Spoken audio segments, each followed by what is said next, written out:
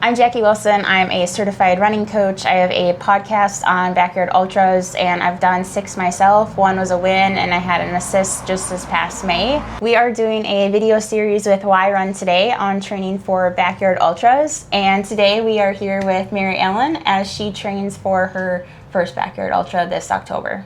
That's right. So Mary Ellen, you're going from the marathon distance to running your first backyard ultra. Yes.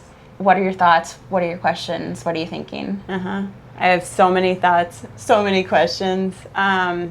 So I think a big part is like preparing physically for an ultra marathon, and specifically for a format that's so different and not in my wheelhouse at all. I haven't done this before.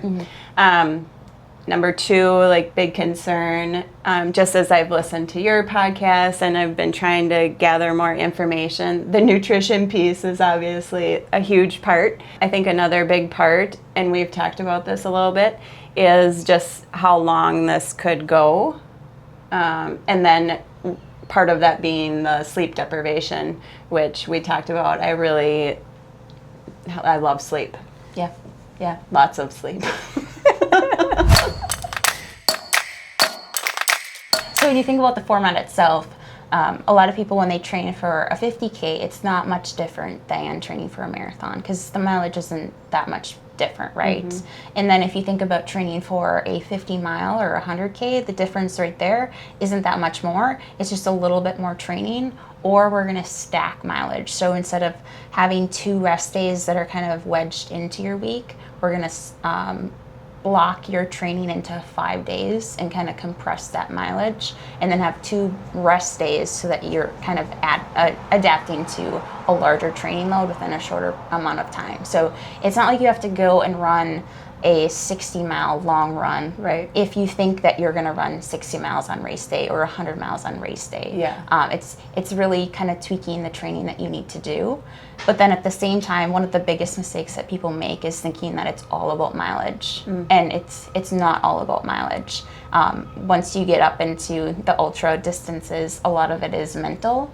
So it's starting to kind of really practice those mental tools in your training itself. So because I haven't run a backyard ultra before, really the only thing I know as far as the format goes is that it's a 4.167 mile loop. You start at the top of every hour. And that's about all I know as far as the format goes. I think that's probably why it feels so, new and kind of nerve-wracking. Right. Is because it's all new. So I think one of the benefits that we will do with your training is we'll have you practice like what a backyard ultra feels like in terms of pacing for some of your long runs. So we may do a 4-hour long run so that you can kind of practice the pacing, and that really helps runners like realize how much time they do have on the course and how relaxed the pace can be. But really it depends on the course. For Duff Dog Backyard Ultra in Blue Mountains State Park, there's rolling hills, there's kind of some flat areas, there's a cliff face. Traditionally, we walk the uphills and then we jog the rest of it. If there are a lot of downhills or flat areas, that allows for more walking. You want to keep it as low effort level as possible. The more you can walk, the more you can keep it easy effort level, the lower your body temperature is going to stay, the less you're going to sweat. You can kind of push out any GI problems that kind of tend to happen when you have higher intensity stuff in road races, shorter races. So developing a run-walk strategy based on the course is extremely beneficial, and that's something that we can practice just here in town on the trails that we have of like, okay, this is what it's actually going to feel like. And I think you're going to be pleasantly surprised by doing that and coming in easily with 15 minutes left, and that just allows you, or tells you that like, I can slow down even more and walk more out there. I don't have to rush like I thought. That first loop is always like nerve-wracking, right? Like, do I actually have enough time? Like, am I running the right pace? Am I walking too much? So practicing that helps tremendously with showing up with confidence on race day. And then the other thing is just observing what other runners do on race day, since we all start at the same time and Yeah. and we're finishing within an hour. That's one of the huge benefits about the backyard is like just watch what other people are doing for pacing. Yeah. Don't follow the front runners who are taking off fast. Yeah. Just kind of hang back and see when people are walking, when are they jogging.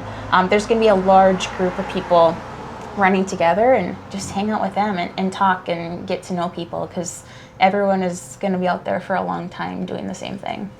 As far as the format goes, do you feel like the time management piece becomes more important as you get further and further along into like how many loops you're doing further into the race? Yeah. Because your loop might take longer. Yep. So the time management piece would be another part to the format of Right. the Backyard Ultra. Yep. That you would have to take into consideration too. Yeah. And kind of thinking like, what do I actually need to do back at camp? Like, do I need to grab fuel? Do I need to grab waters that are already filled up or flasks that are filled up? Do I need to use the bathroom? Do I need to change socks or shoes?